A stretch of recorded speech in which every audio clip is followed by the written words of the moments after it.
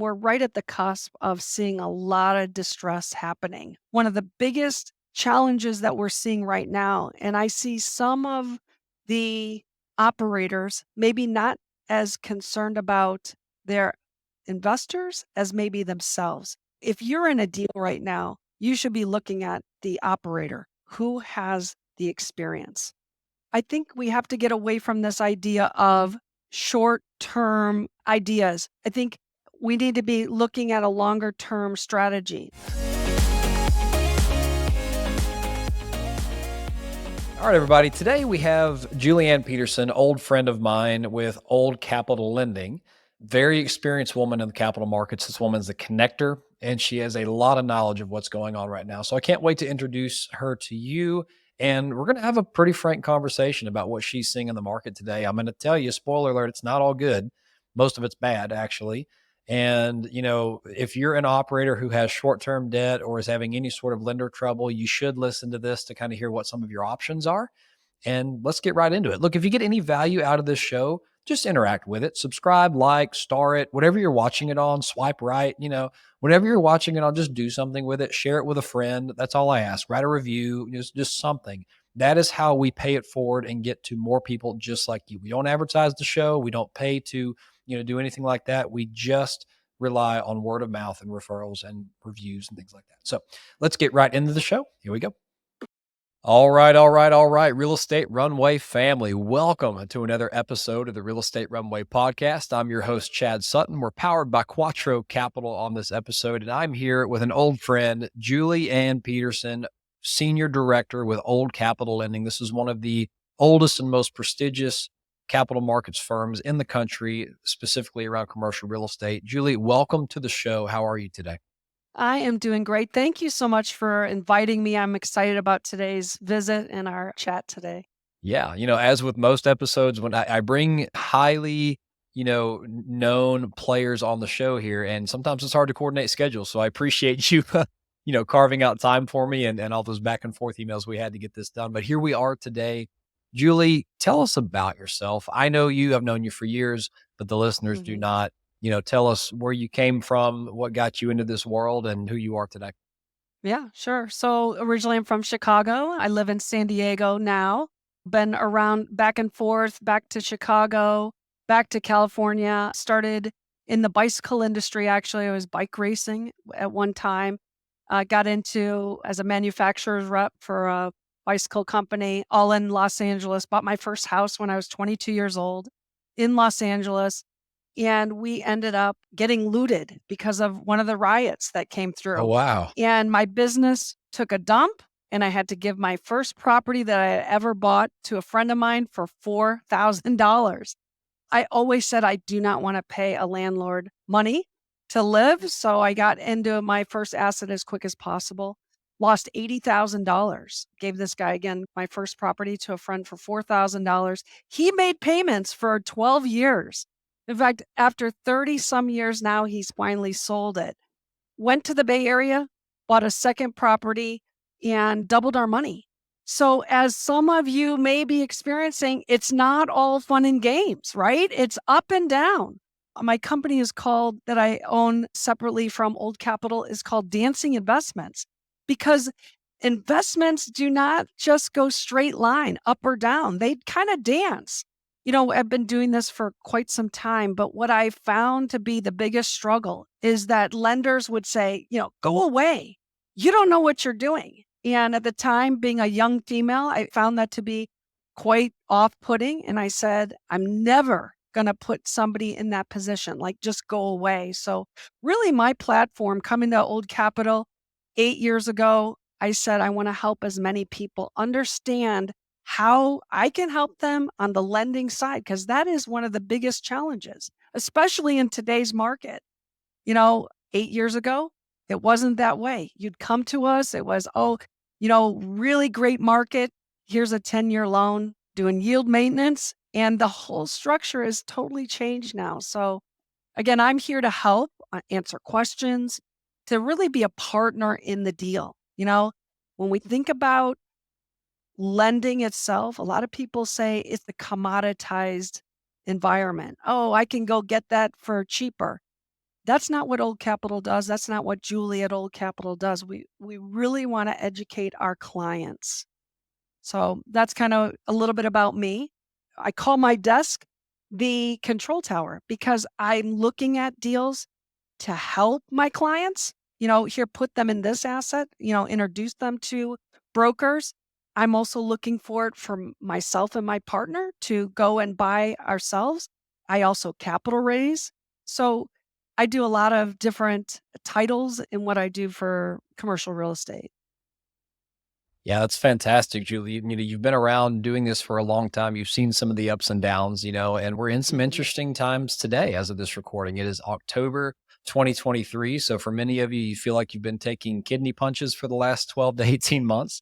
But, Really? it is a cycle and here we are. So, in the spirit of education, I mean, from someone who is in the capital market space, you literally, Old Capital probably sees at least touches just about every transaction out there, or at least, has a great enough sample size to know what the market is today. What does it take to get deals done today? What is the money that's available out there? I just want to generically open it up and see where we go from here. Julie, what are you seeing out there? You know? Oh man, it is tough. It's a tough time, right? And we're right at the cusp of seeing a lot of distress happening. A lot of people said, "Oh, this is going to be the best year. We're going to have so many opportunities." Somebody said, I went to a conference, said, "We're going to make the most amount of millionaires this year." That was in 2022. Not so much. May 22 really changed things with the interest rates going up so significantly. We're what, at 14 increases since that time. And, we're seeing a lot of people, good people, not people that were ignorant, people that really just got caught up in an asset that had bridge on it. And, when we talk about bridge, we were doing deals that were at 85% loan to cost. So you would only have to bring in 15% down payment. And we're going to turn these real quickly. And a lot of people did in the early years. But today we're finding that we can't get people out of these bridge debt loans, really struggling to figure out, okay, what's the next step for you? Can we sell it? There's usually three options. Can we sell it? Can we sell it at what you bought it for? Can we sell it for what the debt is on it? Can we put you into a HUD loan? You got 35, 40 years. It's actually 35 on a HUD, but is that a good option for you? Or can we get you into another bridge to bridge loan?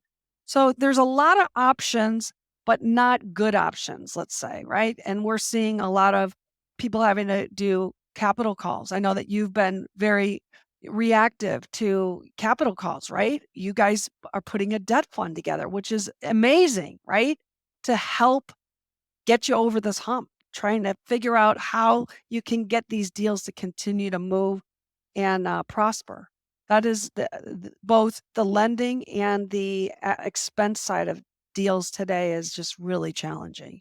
Yeah, and it's super interesting, kind of the behavior that we're seeing, right? So you have a couple of camps that I think people are in, and you're right. Some of them are, well, gee, my loan is maturing at a really bad time because, rates are literally more than 2x what they were, for an equivalent Yeah. loan just 18 months ago, it's tough on anyone's underwriting, even responsible Hmm. underwriting to make that work. So, you're kind of seeing people who are caught there. And I think, more so our case, fortunately, we have been able to refinance handsomely everything we've had just because we had good basis on those. But where we are having trouble, and I'm sure others are as well, the balance sheet of the bridge lender is also under fire because, Hmm.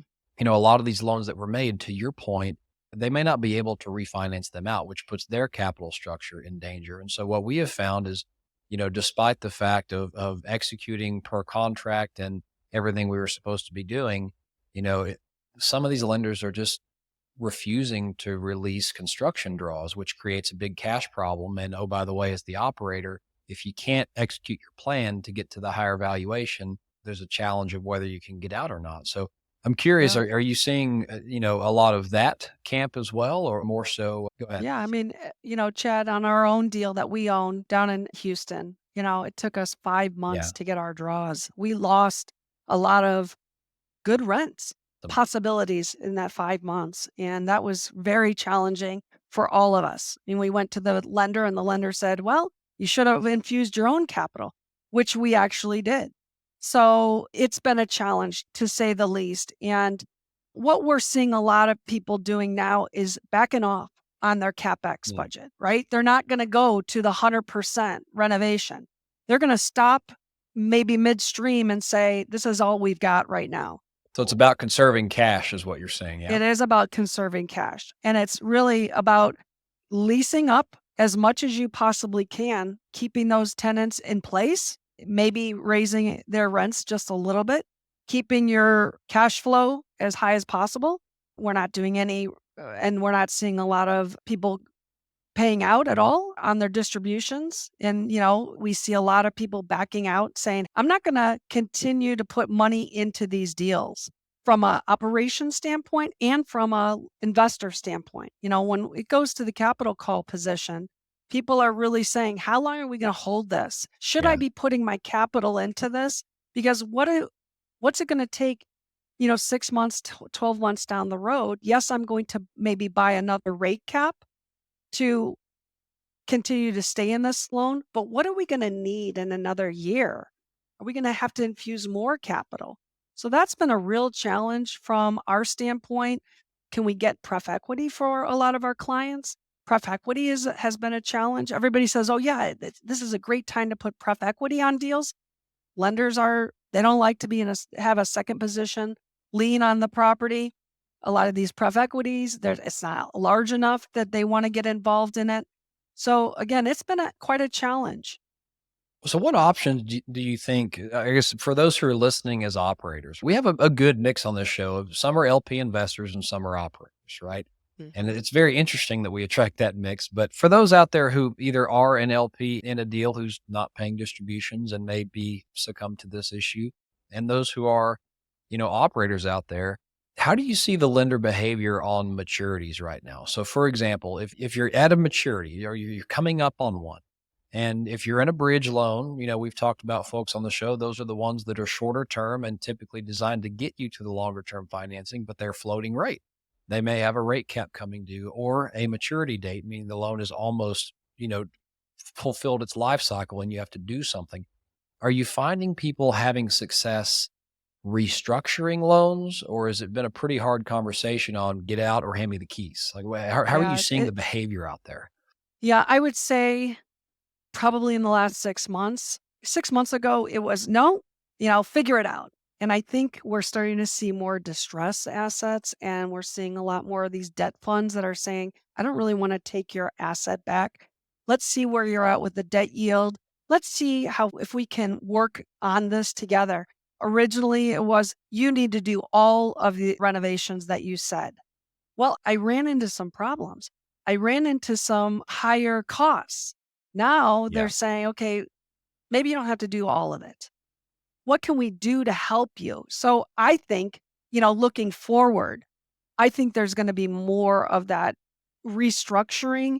They're not going to give up. They're not going to say, you don't have to pay us, none of that. But I think that there's going to be some more conversations and openness.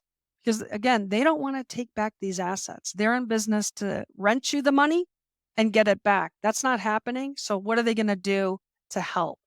And I think over the next 6 to 12 months, it's really going to open a lot of conversations with these debt funds. It's not a clear cut answer. It's not, you didn't pay me like it would be, let's say a year ago. You didn't pay me, I'm taking it back, or we're going to just sell it and you can make some money on it. I think that there's going to be a lot of creativity. And when I say creativity, it's not like you're going into single family where, there's a lot more creative financing options. This is going to be more of, hey, we're going to extend this. We want to make sure that this is not really a short-term investment. How can we do this, whether it's a 5-year loan? Let's add the extra 2 extensions onto your 3-year loan, right? Because you originally had it for 3 years, maybe another 2 extensions, and then have the conversation. Can we do it now? Can we get into an agency loan? Can we sell, at, let's say even the loan amount? I just don't think it's clear cut the way it's going to do down the road. Yeah, and it's kind of an interesting thing to think about, folks, because, you know, one school of thought is some of these assets were purchased in the last 3 years, which may or may not have been a pretty historic run up in prices. So be careful with that. But, there's a thought of, do you delay and try to fight for the next 5 years on something that may not have a Yeah. future? Or do you go ahead and get out of it now at par, return capital, say, whoops, this one didn't work. Let's go do another one. And I can't answer that Yeah. question for you because it's not a clear cut answer. If you're in a hopeless situation, and by hopeless, I mean, maybe you did take out debt at 85% and you were levered to the moon and back at the highest valuations in history. And now your property's worth 60% of what it was once worth. You may have to think through, what are my options on, can I refinance this now? Can I put some cash in and pay the loan down? Like, how can you maintain control of the asset? But at the same time, you have to ask yourself, is that the best use of my capital or my investors' capital going forward? So, it's Yeah. interesting because you're not really sure which direction to go in some of these cases. So, I mean, have you seen any examples of these decisions already being made, given that we see some lenders starting to work with the clients and restructure, but then, of course, there's the hopeless situation as well, where it's so highly Yeah. levered, it's underperforming by 40%. And, Yeah. you may just need to cut throat on that one. Yeah. No, we've seen auctions. We've seen distressed deals. I've got 7 deals in Jacksonville that, unfortunately, they're just not cash flowing. They're not even at the loan amount, and they're going to have to bring in. It's like, what's the least amount of loss here? And when we think about, is it return on capital or is it return of capital? And I think that's one of the biggest challenges that we're seeing right now. And I see some of the operators maybe not as concerned about their investors as maybe themselves because they're looking into the future. They're looking into the future of saying, can I stay in this? Can I get more loans for the future? And how do I minimize my loss? Maybe not necessarily their investors, but for them to stay in this industry. And that's, that's unfortunate, but I think that is people jumped into this industry real strong in the last 3 years. We were in COVID. All this money was coming in and they all talked to their friends, "Hey, let's do multifamily. You've got, 10%, I got 10%. Let's go and get into this, quit our jobs." They took on all of these acquisition fees and they're now trying to figure out, where do I fit in here? How do I continue to stay afloat? And, if you're in a deal right now, you should be looking at the operator who has the experience. If you're thinking, hey, this is not a long term relationship I have with this operator, it might be something that you say, I'm not putting any more money into this deal. We're really saying in 2026 is when a lot of these deals are going to start to make sense. So if you can hold on with that operator and you see that things are going to be turning around, yes, put more capital in it, but it might be just a return of your money or even having to just say, hey, that's all you get. That's all the money I'm putting towards this opportunity that I, got into 2, 3 years ago. Yeah, that's super It's real important. unfortunate. It is. Knowing who you're in business with is very important, right? And I think that the litmus test on some of these deals, there's kind of 3 things going on right now. The debt market, obviously we've all been seeing on the news, interest rates have risen rapidly. We know why that is. We're not going to get into that on the show here, but in some markets more than others, there are very hefty expense line increases as well. And so, for Yeah. example, you mentioned Jacksonville, Florida. Florida, for example, has had one of the largest payroll spikes in the country. It has had one of the largest insurance spikes in the country, not to Yeah. mention other little knickknacks in the expense load. So if you're looking at a situation to where your deal is not cash flowing, and it probably won't cash flow no matter what debt you put on it in the future, it's a money pit. And you probably need Mhm. to cut throat and get out of that. But if you're sitting on a deal, and I'm just going to throw in an example, Indiana. Indiana has been a very mellow, landlord friendly Yeah. place. Taxes are pretty mellow. Insurance is pretty mellow. Payroll's kind of moderately up. and you just have a lender problem, because we're kind of in a lender's market, not necessarily a buyer's or a seller's market. Lenders have had to change the rules because their rules change. And so if the problem just is a function of the debt on the property and there's a way to either extend or restructure or, hopefully get out of said temporary debt and get to something at least medium term, 4 or 5 year bank loan or something, that's probably worth putting money into, because in the end, what we know is 100% true. And granted, I've been wrong before, and the historians could be wrong. Since the beginning of the Fed, within 2 years average and 3 years max of the first rate hike comes the first rate cut. And we're what, almost 18, 20 months into rate hikes right now? So Hmm. we're on the clock for a rate cut. An election year is next year. That doesn't necessarily correlate, but it adds pressure. If you can hold on, I think the motto is survive until 2025, right? And you mentioned in Hmm. 2026, these may start making sense again. Yeah. My premonition is if you're just constrained by debt, find a way to hold on as long as as long as there is a path to cash flow and a path to, I don't mean distributions, I mean a path to the property cash flowing and staying safe. But if you have three different bullets pointed at you in that you have the tax problem and the insurance problem and the debt problem, it's probably not getting any better and that value is going to reset. So you may need to get out while the Hmm. knife is still falling, Yeah. you know? Yeah, I mean, really, I'm looking at a deal right now that is in Texas. We're below what the rate of the loan is, how much the loan balance is. Now, who's going to come up with that? It's going back to the bank in 22 days. Who's going to be paying that? I'll tell you, the operator is not paying. So now, where's the value in that? Is the lender going to take on that debt and hold it for 2 years to bring it up to maybe where they want the value to it? Or are they going to discount it 70, get down to 70% of that, the number, right? 60%, whatever that is, with the cap rates going up. There's a lot of moving pieces right now. And if it makes sense, again, if the operator is capable and has a very good long term strategy, the best thing may be for you to stay in it and get maybe a bridge to bridge option.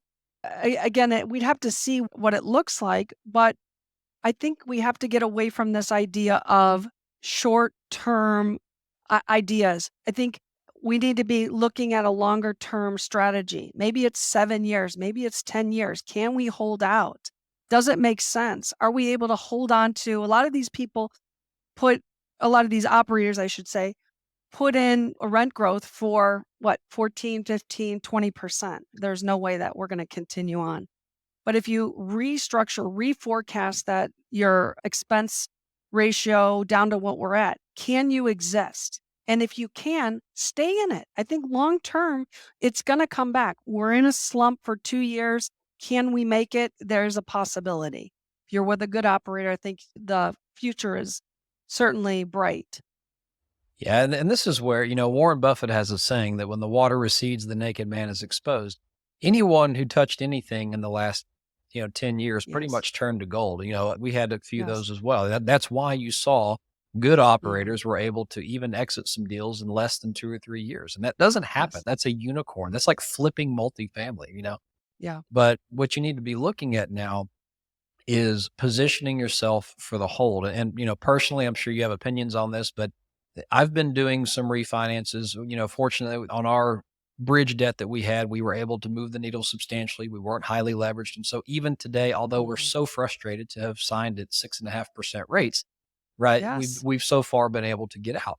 And so that's been great. But we're looking at 5 year full term interest only agency product pretty much exclusively at this point. And the reason is Hmm. what we found is anything balance sheet or anything regulated bank, things of that sort, they're scared of their own shadow right now. And so Hmm. you think you may have proceeds here, and then by the time you close, they've dropped. Whereas at least with the agencies, Yeah. Fannie and Freddie, if it fits in the box, it fits in the box, they'll get the proceed. That's it. It's totally numerical. There's no if feeling or what about it.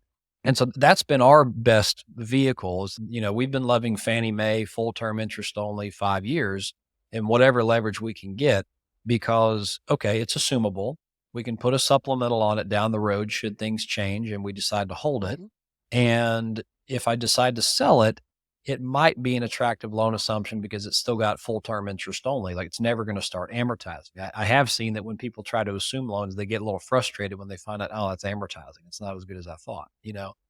So I don't know what you're seeing people gravitate towards who are able to refinance. What are your thoughts on? Yeah, I see. Well, we're really looking at 5 to 7 year loans are really the popular loan product right now. We're doing a lot of buy downs on the rate, right? So it's going to cost you, you're going to get a little bit more proceeds when you go that route, but it's going to be costly. The lenders actually like it when you're buying down the rate. It's a little bit more investment into the deal. Here's the thing, if you have a general partner that you're an investor in, we're going to see a glutton of opportunities, I think, in the next year. And do we want to wait until then? The operators that are looking at it today of, you know what, maybe I should be selling right now, probably are going to be selling it a little bit higher than what we're going to see because there's going to be so much influence and there's going to be so many people going after those deals that you might be better off selling it sooner than later. And again, the option of going into a step down 5 year, buying down the rate. Listen, we're at the highest that we've seen a 10-year treasury right now. And of course, 7 and 5 as well since 1965. I mean, the 10-year treasury, which is where the agencies, they use that index plus the spread, it's the highest it's been. So do I think in the next 6 months that's going to change? My philosophy is no, it's not. Not So fast enough, I don't think. no, I don't think so. So if you can get in now before there's a lot more distress, you might get a better price today than you would if you were to wait 6 to 12 months. I really think people should be spending time, operators should be looking at that seriously right now, as opposed to waiting.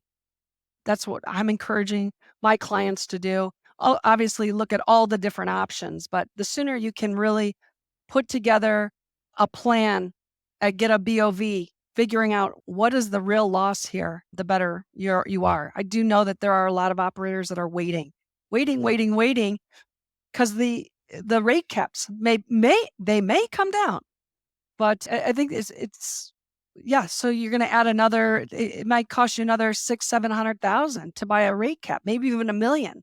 Where's that cash flow coming from? That's the real question.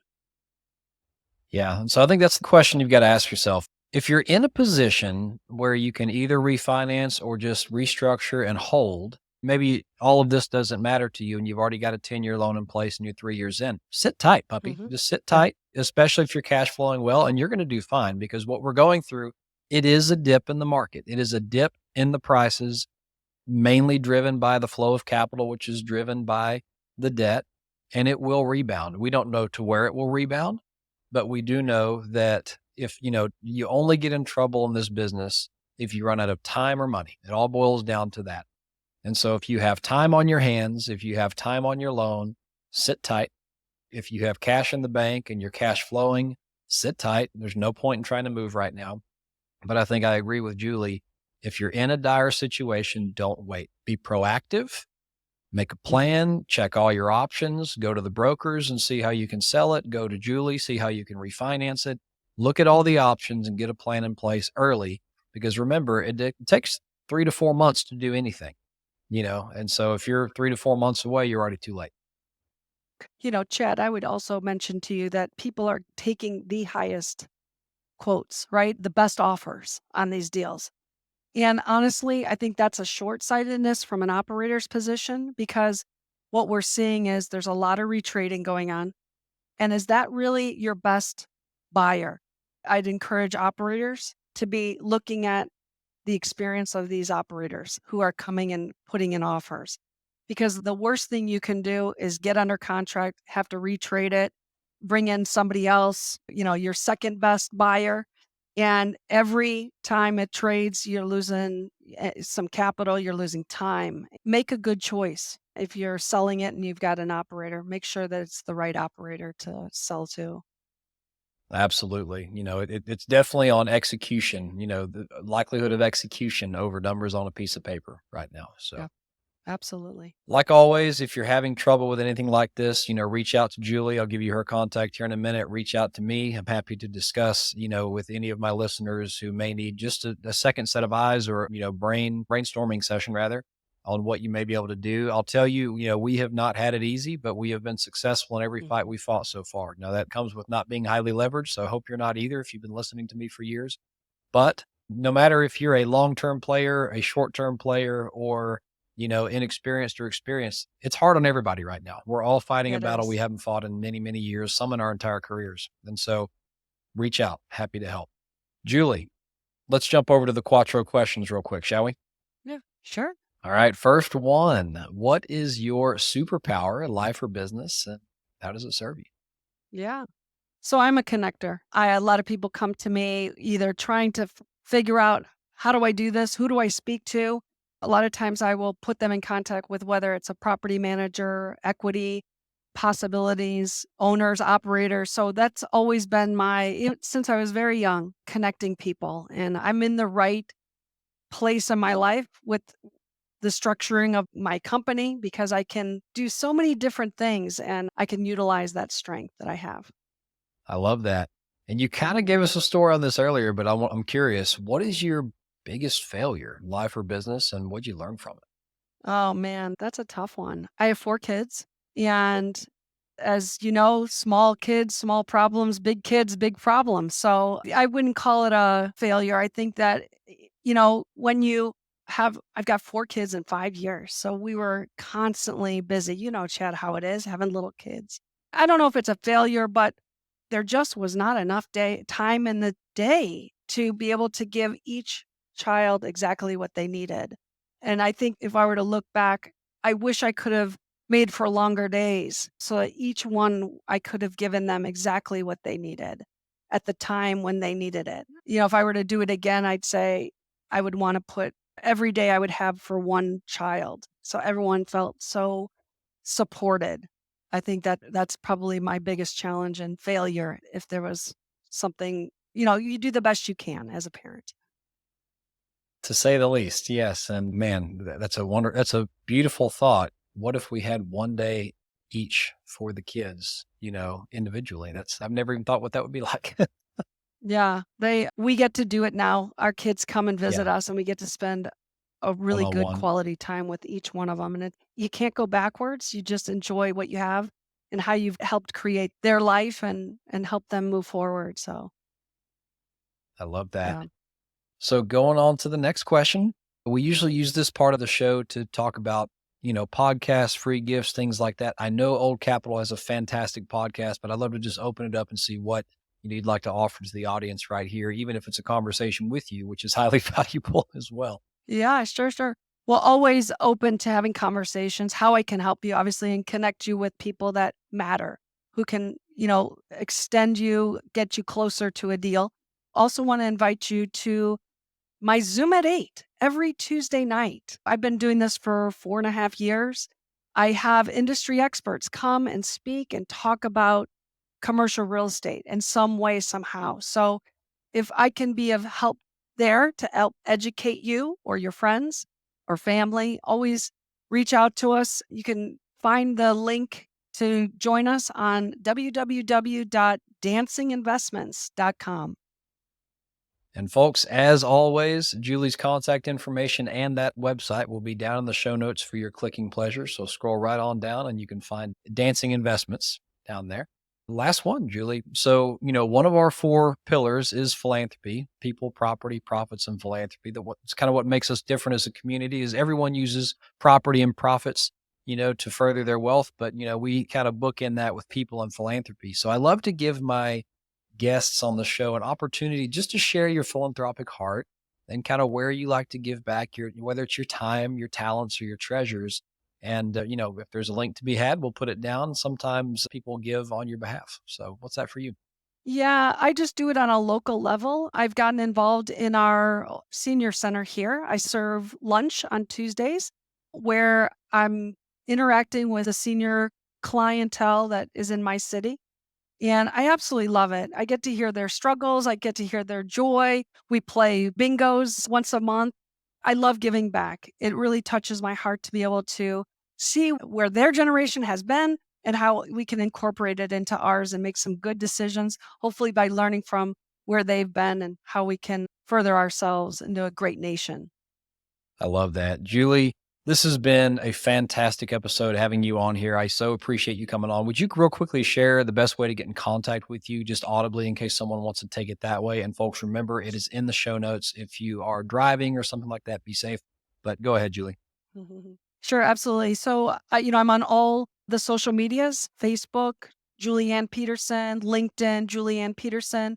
And certainly feel free to call me up at 630-453-7150. Always happy to take your call. Julie, thank you for the expertise. Maybe we do this again in a couple of months or just a couple of weeks because the market's changing that fast on us right now. So It is. I'd love to. Thank you so much for the opportunity to visit and share with your people here. I hope you enjoyed that episode with Julie, dear friend of mine, been in this business for a long time. You're seeing what's out there. You're seeing what your options may or may not be. And I think you're hopefully hearing that if you are having any sort of these symptoms, act now. Do not wait. Get a plan together, figure out what your options are, and just take action. We're going to see this get better at some point, but I don't think it's going to get better fast enough for you to wait it out. So position your portfolio to sail through the hurricane or get ready to liquidate it, whichever one it is that fits your situation best. But reach out if you need help. Happy to help you. This has been another episode of the Real Estate Runway podcast. Until next time, over and out.